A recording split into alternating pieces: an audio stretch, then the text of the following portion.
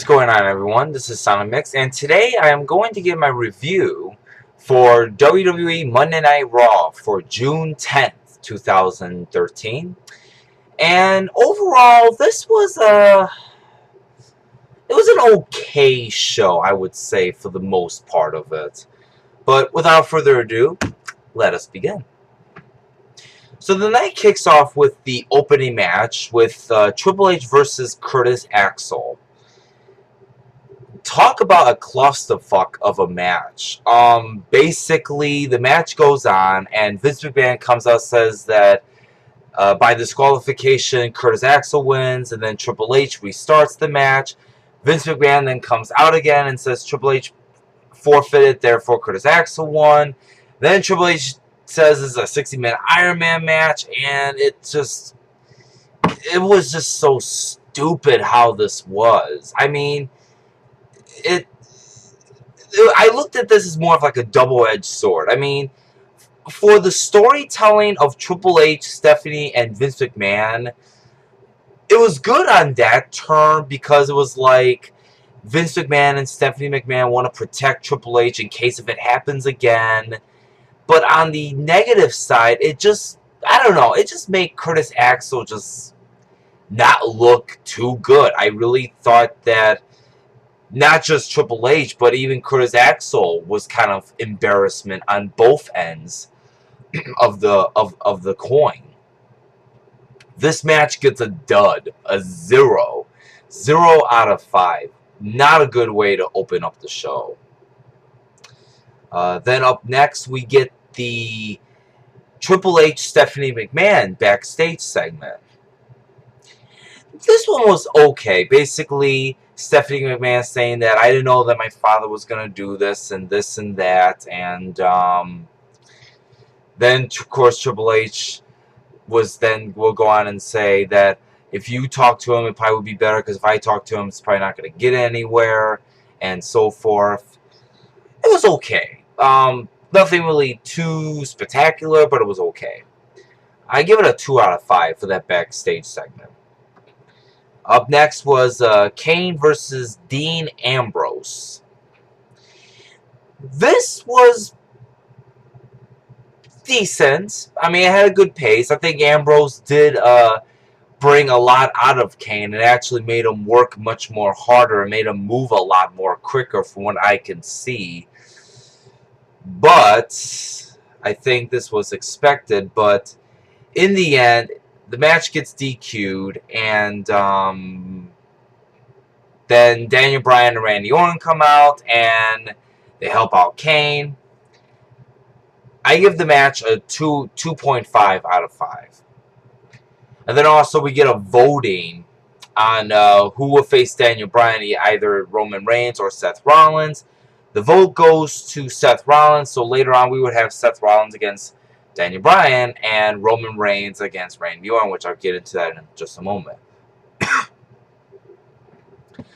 Then up next was we had the Daniel Bryan, Randy Orton, and Kane backstage segment. This one was pretty good. I definitely enjoyed this backstage segment, and especially the fact at Payback it's going to be Daniel Bryan and Randy Orton against Shield members Seth Rollins and Roman Reigns for the tag titles. And I kind of like towards the ending how Kane felt all alone, but then Vicky Guerrero comes and says you're gonna have a United States Championship match against Dean Ambrose. I enjoyed this segment. And then of course Kane hugged Vicky Guerrero in the end, and then he said something about, you know what, Vicky, you're not a bad person after all. Which I have a feeling that now that Daniel Bryan and Orton are going to team, I think what's going to happen now is that, because I don't see the Shield losing, so I think what's going to happen is the Shield's going to win and Orton's going to turn on Daniel Bryan, and knowing Chicago, they're going to probably boo the hell out of Randy Orton, which I hope that happens. I know when it comes to Chicago, not a lot of fans are not into, well no, I take that back. I think when Orton fought Christian at Money in the Bank, all of Chicago booed at Orton because they couldn't stand. They didn't like what he did with Christian in that whole segment that happened a couple years back. But anyway, I give the backstage segment a 2.25 out of 5. Then up next, we get The Miz versus Cody Rhodes. And they actually announced that Fandango suffered a concussion. I guess during a taping of Raw or House Show or something like that. So they announced that it was just going to be The Miz against Ray Barrett for the title. The match itself was very short. Went only I think it was 3 minutes, 4 minutes. The Miz wins, and then at the end, Paul Heyman comes out and then says that that the match will be a triple threat match, and the third member will be my client Curtis Axel. And I think a lot of people are gonna have mixed feelings on this because it's technically Curtis Axel doesn't deserve it because he got cheap wins over Cena and Triple H. But you know what? If putting the belt on Curtis Axel is going to make him serious and actually start pinning these big-time performers, then maybe. But I don't know. And I have a high expectation that Curtis Axel will win. I think it's probably most likely going to be given that he will win. I give it a star out of 5. It wasn't really all that great. Then up next, we get the Vince McMahon, Stephanie McMahon backstage segment. This one was really good. I like the fact how Vince McMahon played as the heel boss of how business should come first before family, and that it's all about the business. And Stephanie McMahon was like, yeah, I know I care about the business too, but what about the family and all that? And I liked this. I liked how Vince McMahon played as the heel in this. I really liked how they play this out. I give it a 2.75 out of 5. I thought it was that damn good. I thought they did a pretty good job with that segment. Up next, we get the Chris Jericho promo before he had his match. This one was really solid. I like the fact how he mentioned all of these wrestlers like Stone Cold, The Rock, Cena, and a few others, about how he had great matches with them, but the one guy was CM Punk. And I kind of like the fact how he put CM Punk as the save the best for last type of thing, and that how Punk brings the best in Chris Jericho, and we get the return of Dolph Ziggler, and Chris Jericho says, "How about you face me to shake off some of that rust?" But then it turns out to be Big E Langston. The promo, I give a 3 out of 5. I thought it was pretty solid. Then we get into Chris Jericho versus Big E Langston. This one was pretty good for the 6 minutes that it was worth. But I think one of the problems I kind of had with this match was I think it should have been maybe a little bit longer. Maybe just to get a little bit more out of Big E Langston. Maybe if he could pull off a good match. But I think that's the thing with Big E Langston. If you put him with the right guy, he can pull off a good match. Like, for instance, Chris Jericho. I think Chris Jericho seems to have the ability to bring out the best in someone, and he brought the best in Big E Langston. I think Langston improved as he's improved for the past few weeks and beyond that. I give it a 2.75 out of 5.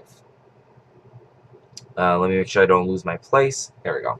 Up next, we get a kind of a randomized match. We get Sin Cara versus Antonio Cesaro, which we haven't heard in quite some time. This match was only 4 minutes but it was pretty decent for what it was. I can't speak today, and they did some excellent performance, and they showed some great moves in the ring, even for the 4 minutes that they were given. I kind of like the fact how these two just kind of just popped out of nowhere, just like that. I give it a 2.25 out of 5. Up next, we get the Vicky Guerrero backstage with the sponsors of the Carl's Jr. and Hardy's thing. It was okay. I mean, kind of the fact with the whole Vicky Guerrero eating the Hardy's burger. But then I like the fact how Vince McMahon comes out of nowhere and he says, you eat while you have food in your mouth. You're supposed to chew and swallow and all that. So I kind of like that a little bit. And then I kind of like the fact how when Brad Maddox, when he mentioned something, and then Mr. Man liked his idea than Vicky Guerrero's idea. So I thought it was okay. I give it a 2 out of 5. Up next, we get Randy Orton versus Roman Reigns. This was a pretty slow-paced match. I mean, for the most part, there were some parts that were good, but very slow-paced. And, of course, it ends in a DQ by Seth Rollins. Well, no, actually, I take that back. It's a no contest, even though clearly Seth Rollins touched Randy Orton first. And then, yeah, the ending was pretty stupid, how it was a no contest, even though Seth Rollins technically touched him first. I give it a 2.75 out of 5. Pretty disappointed from what I saw here. Sorry about that. I was just checking the time. But we go from a disappointment to probably one of the best Raws of this year so far. Daniel Bryan versus Seth Rollins. The match of the night. Awesome match. Tremendous matchup from these guys. I love their ring style. I loved how there were some parts that they were copying each other's moves. There were some also impressive moves as well. How that Daniel Bryan did a reverse counter where it looked like he was just going to do a roll-up, a German suplex pin. Rolls again and does it again. Very impressive performance. And pretty shocked. I was actually shocked that Daniel Bryan won this match. I was thinking Seth Rollins was going to win this match. But for Daniel Bryan to get this match, I think that's actually the better move. Just to give him this big pop. Especially him being looked at as this underdog character-like character. But phenomenal match. Highly check it out if you ever get the time. 3.75 out of 5. The only downside I have to say with this is if this match would have went on maybe another 3 minutes, I could have given this match a 4-star match. I could have easily given this a 4-star match. Well, this is pretty much the time where you could just click off the TV and go to bed. But that's not the case now, is it? Up next, we get the Kaitlyns Secret Admirer. So this has been building up for like the past 3 weeks, I think. 2 weeks, 3 weeks around there. And it comes out to be Big E Langston. And kind of confused at first. But then it was all a trick. And then AJ comes out. And she then basically says how nobody wasn't there to help me. And all you cared about was the title. To be fairly honest with you, I thought this was pointless. I'm sorry to say that, but I think this was really pointless. However, I did love AJ's performance of being the heel diva. I think she did a tremendous job of being the heel diva. And I think she deserves the credit in this segment. I think she deserves all the credit, as a matter of fact. But this 3-week build-up was pretty much a waste of a build-up. I mean, if it was me, in all honesty, I would have chose Dolph Ziggler. Reason being because of NXT Season 3, when it was the Diva Edition. And then, if I'm not mistaken, Kaitlynn's trainer was Dolph Ziggler, or it was... Because I know the two had an affair on NXT. I don't know... I'm trying to remember if Kaitlynn's trainer was Dolph Ziggler or if I'm thinking of somebody else. It's been like 2 years, 3 years now, so I can't really quite remember. But that would have made more sense, but I guess they didn't want to go that route. I don't know why, but if it was me, I would have chosen Dolph Ziggler because I think it would have made much more sense. I give it a 1.25 just because of the fact that I love the performance of what AJ Lee delivered with her heel promo. I think she did a tremendous job. Up next, we get Damien Sandow versus R-Truth.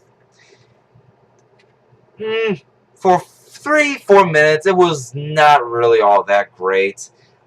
Damian Sandow with Rennie was pretty expected.